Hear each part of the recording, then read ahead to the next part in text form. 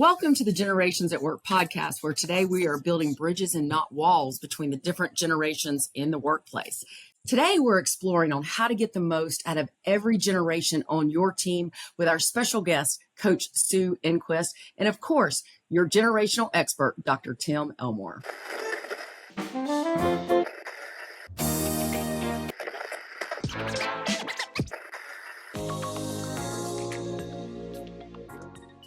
Before we dive in, if you're interested in leading multi-generation teams in your workplace, visit us at maxwellleadership.com/generations at work.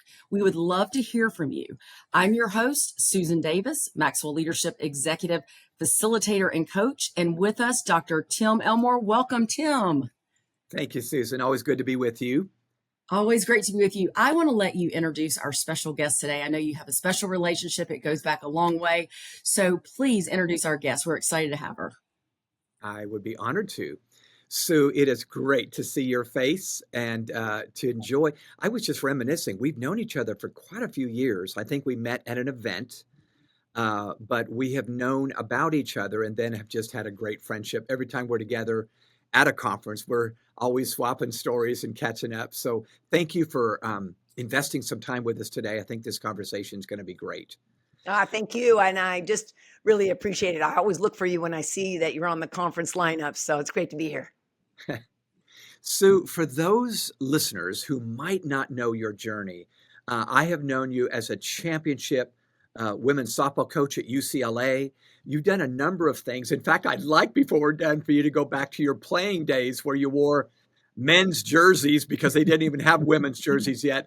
But would you just tell a little bit about your story so our listeners can know who you are? Oh, yeah, definitely. Let me start with what I'm doing right now. I'm in about I retired in 2006, so it's been about 20 years. Wow. I'm a corporate and education consultant, but primarily in high performance sports. My life and my legacy really sits at UCLA. I am a daughter of a military father. My mother was a nurse. I had great leaders around me. And I was brought up in a time when we ratified Title IX, which is basically a federal law that says men and women can both participate equally in education and sports. So for me, I was a student athlete, coach, administrator, and now I'm a professor at UCLA. That's awesome. And I love what you've launched. Would you take 1 minute and talk about the newest launch just to encourage people? Yes, we're going to launch, our first partner is UCLA. We're going to launch an Institute of Excellence in Activism. We're trying to close the gap from senior in high school to freshman, and then the challenges that those scholar athletes have during college, and then equally important, that leap from senior in college to career. Yeah. Good. That's so good. Wow, that's amazing. You know, you always have been about chasing excellence and creating exceptional leaders. You've been a lifelong learner. You understand these different generations, especially Generation Z. Now, you've coached a lot of people, a lot of different ages in those 20-something ages. How has it helped you to, quote, read them before you lead them as your head coach? Well, I just can't even go into what I've learned and how I've established it without recognizing and acknowledging Tim. It was Tim's book that helped me create.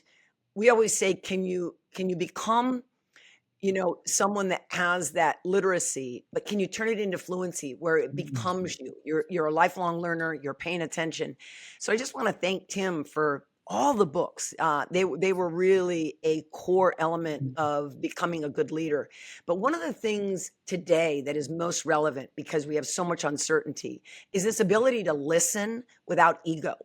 Yeah. Yeah. And to be able to listen without ego is very difficult. And as my dear mentor, Coach Wooden, Papa Wooden used to always say, the more you learn, the harder it is to listen. That's good. Because you have such strong opinions about, I know the quickest way from point A to point B.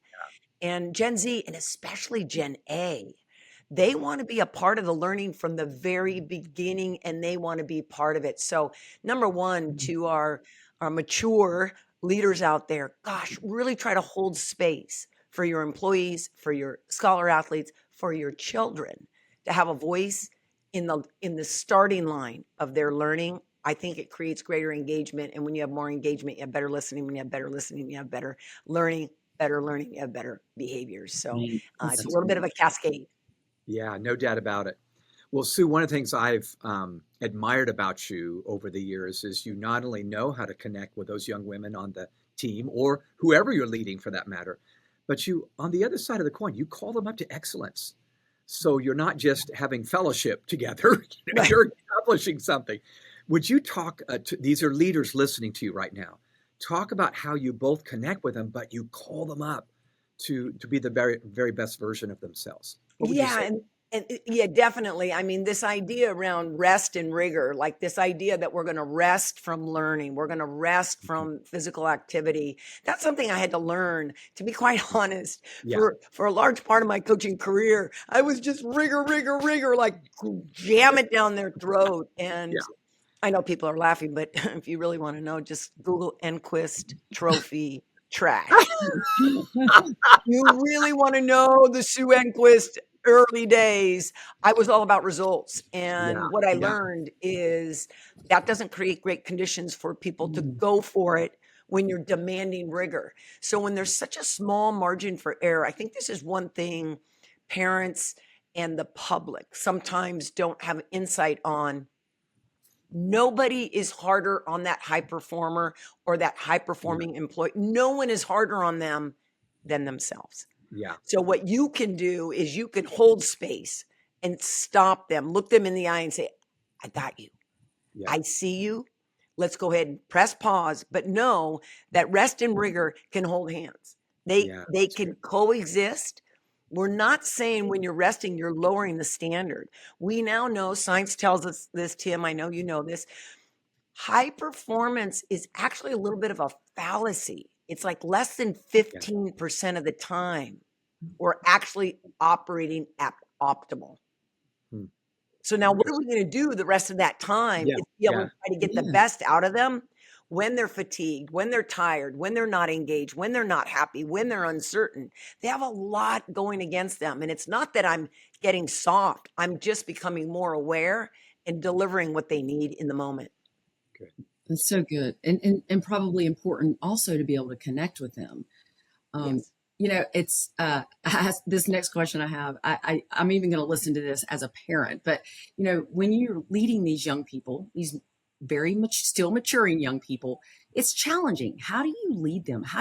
What do you do to lead them well besides listening? Like, what do you do to lead them well? And I'm going to be taking good notes on this one.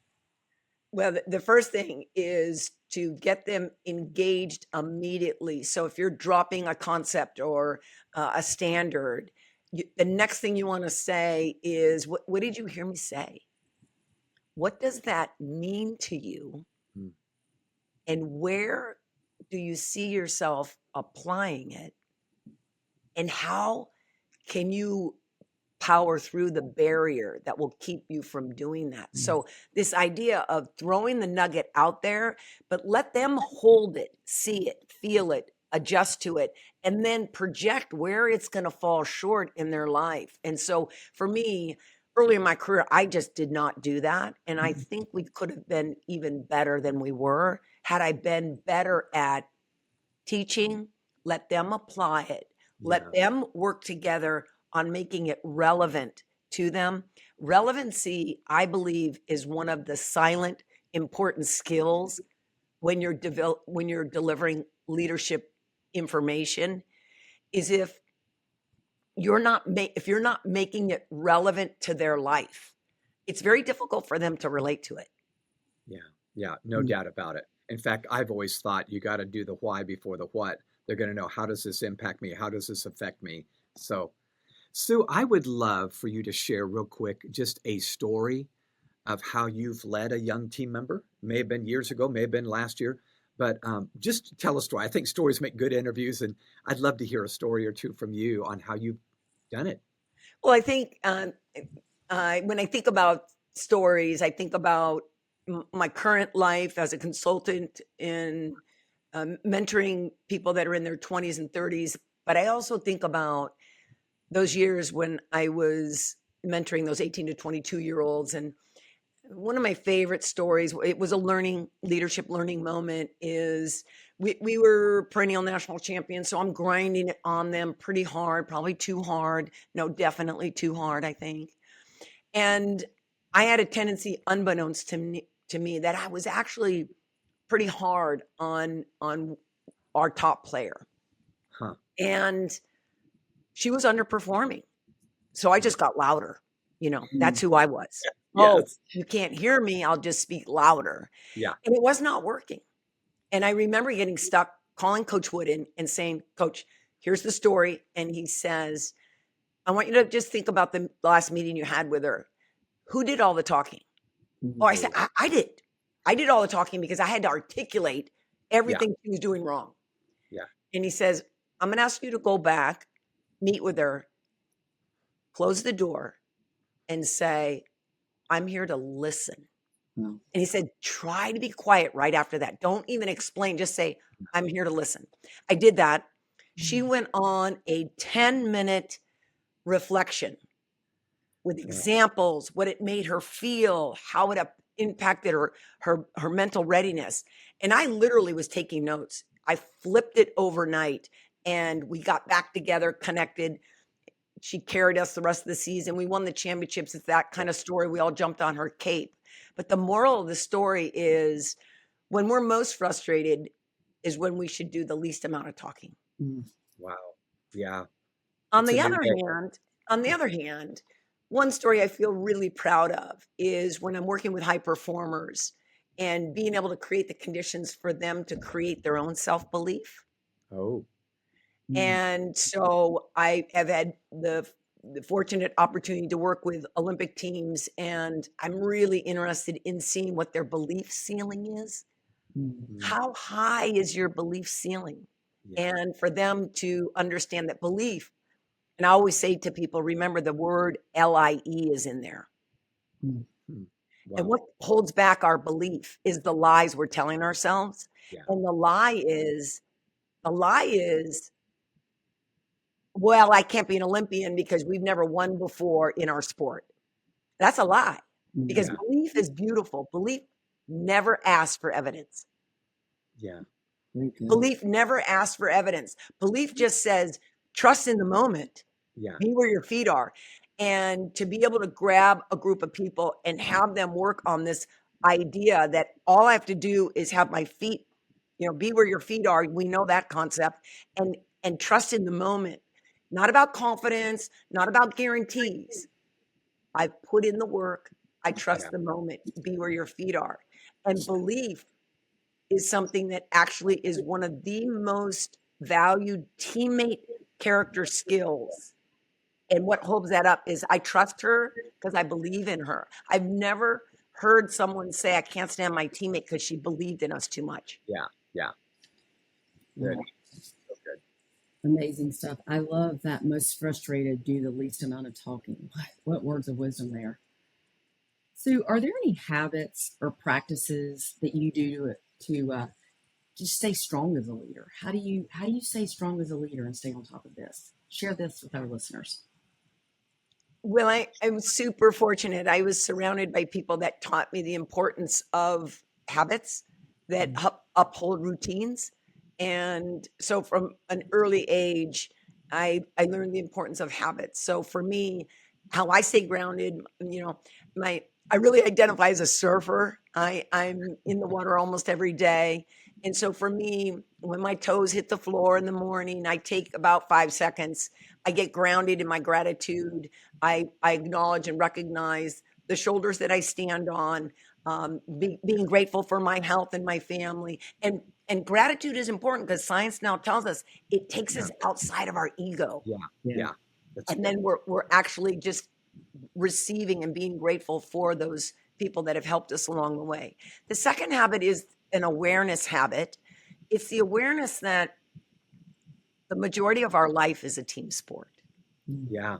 Yeah. The majority of our life is a team sport. So when I transfer from my selfish surfing time, I now go into, depending on the day, 8, 10, 12-hour day, whatever it is, I go into, I'm a teammate now. And who am I serving? And employees, leaders, bosses, scholar athletes, all could improve in this area is be aware that when you go to school, you go to class, you go to work, let that prompt, that doorknob or that gate be a reminder who's on the other side and what do they need from me?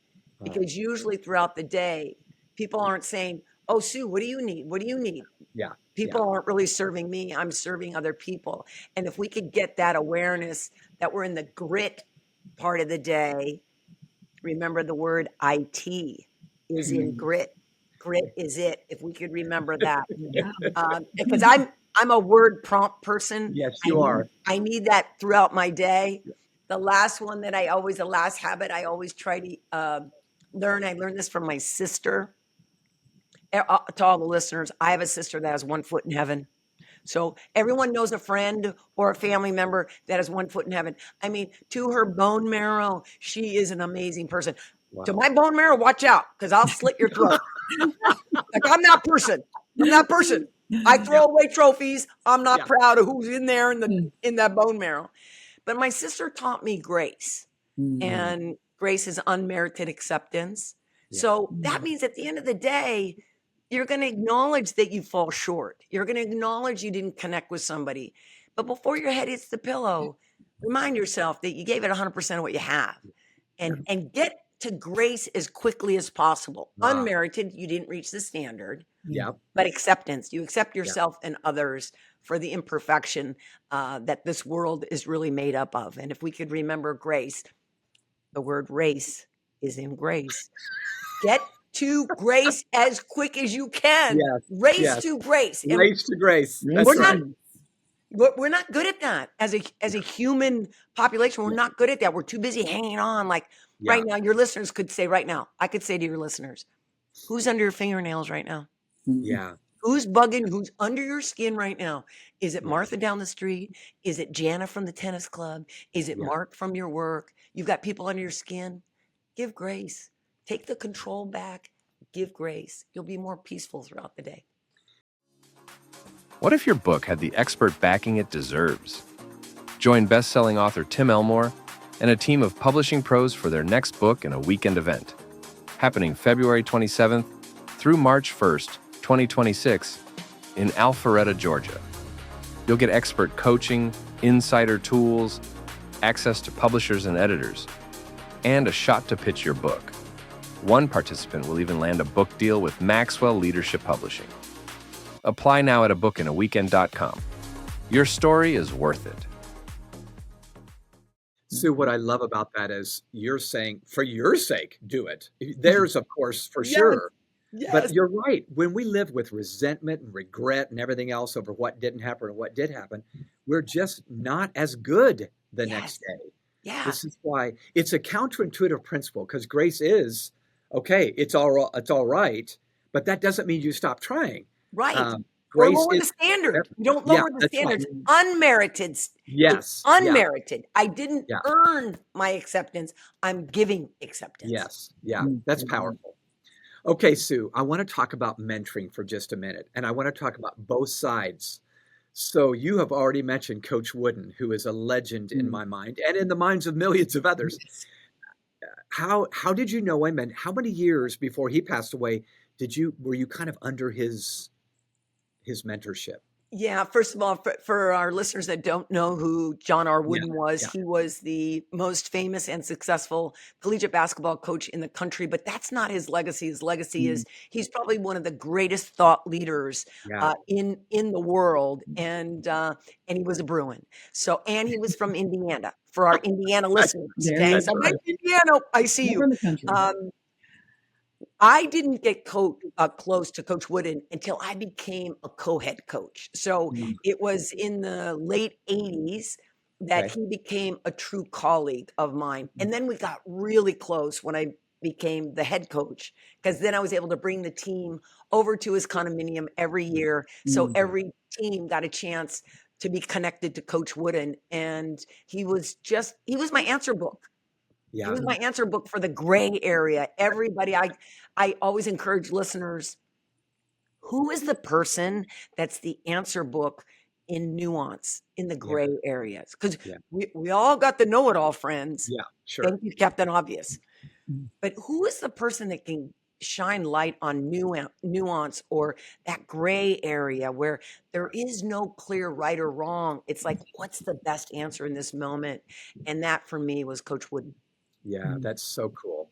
That's- So let's talk about the other side of the coin. You have mentored many, many, many people, but can I start with a question that I think would just be fun for listeners to hear?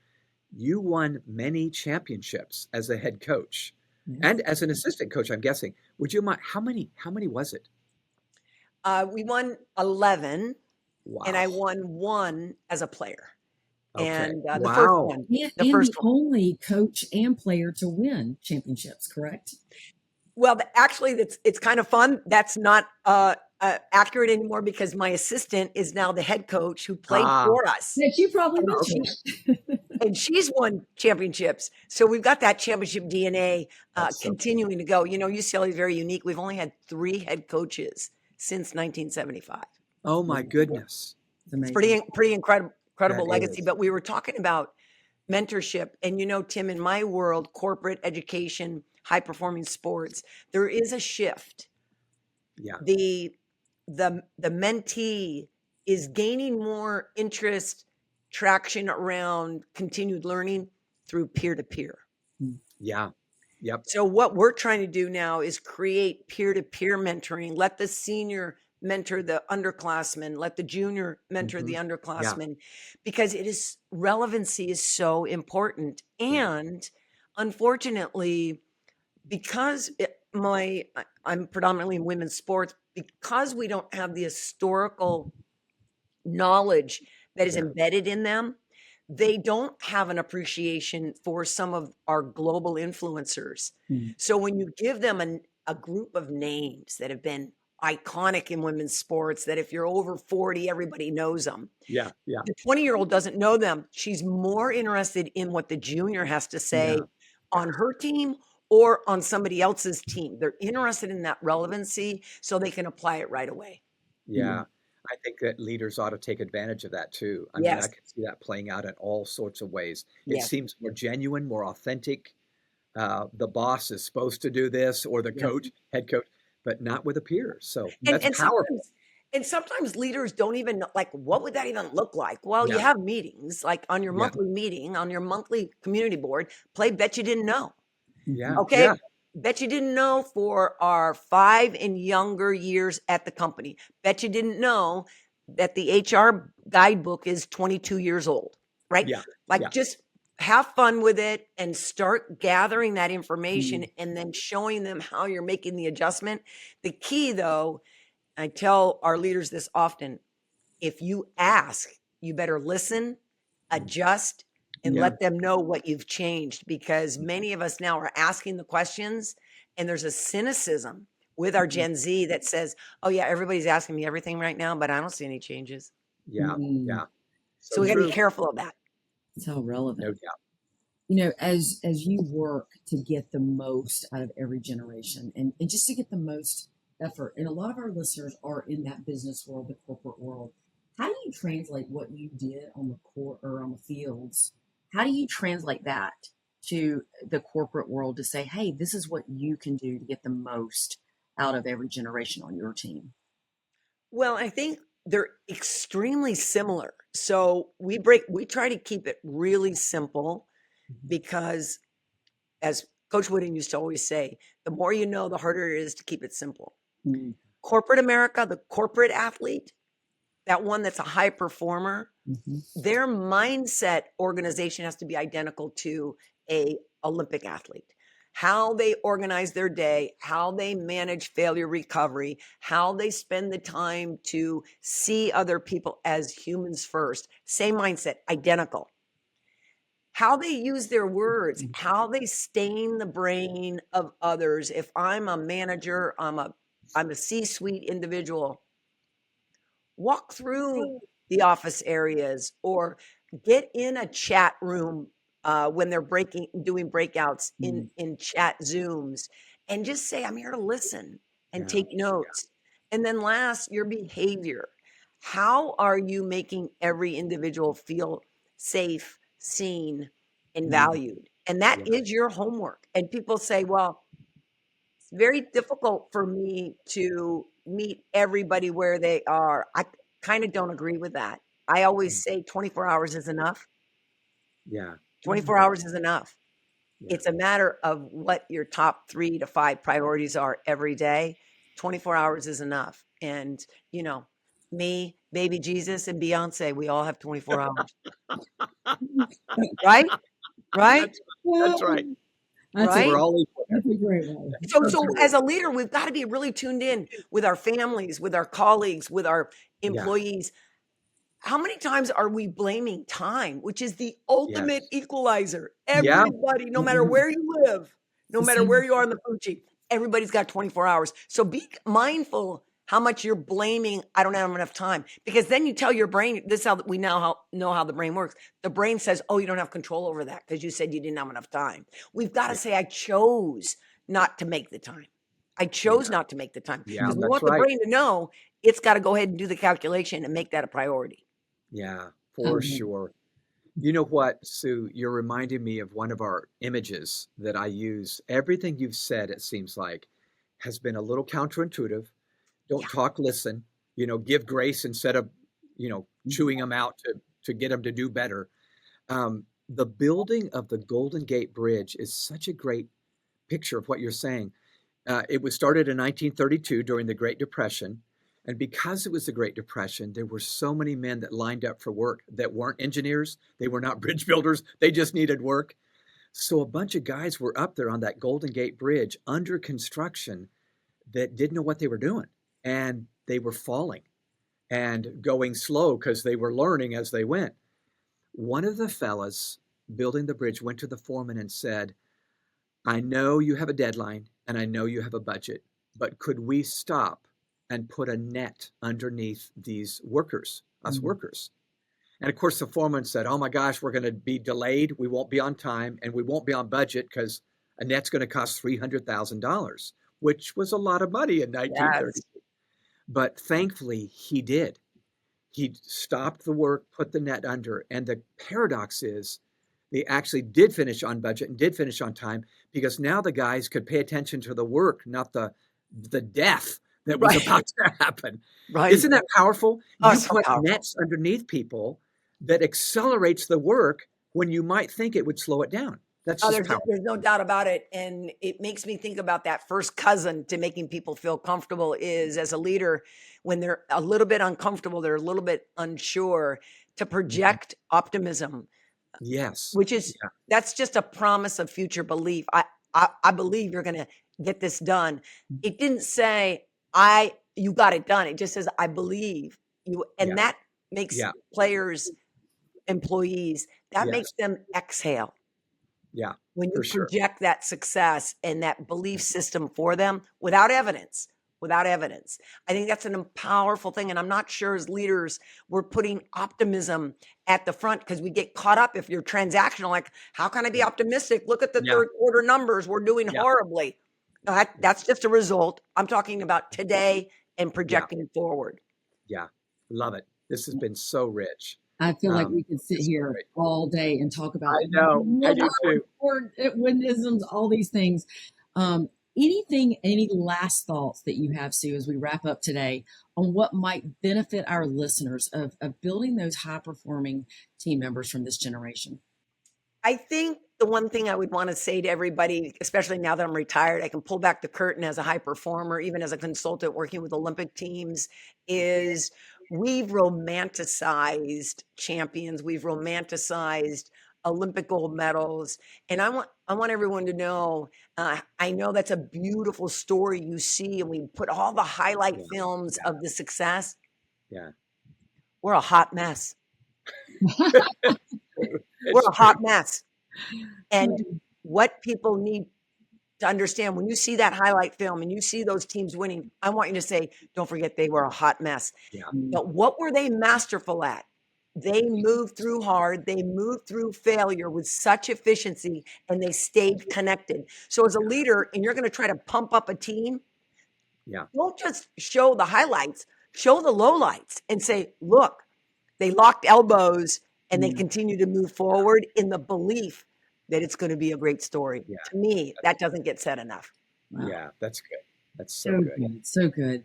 We want to thank you for being with us today. I know the listeners enjoyed it as much as we did. Dr. Elmore, thank you for being with us. Again, if you are interested in learning how to lead multi-generations on your team, visit us at maxwellleadership.com/generations at work. We also have a bunch of downloadable guides and PDFs and all kinds of great resources for you there. We want to remind you too, as we launch into this series, The Future Begins with Z, Dr. Tim Elmore's new book coming out in November. You can pre-order this, Tim, where Amazon, maxwellleadership.com. We'll put those in the notes as well.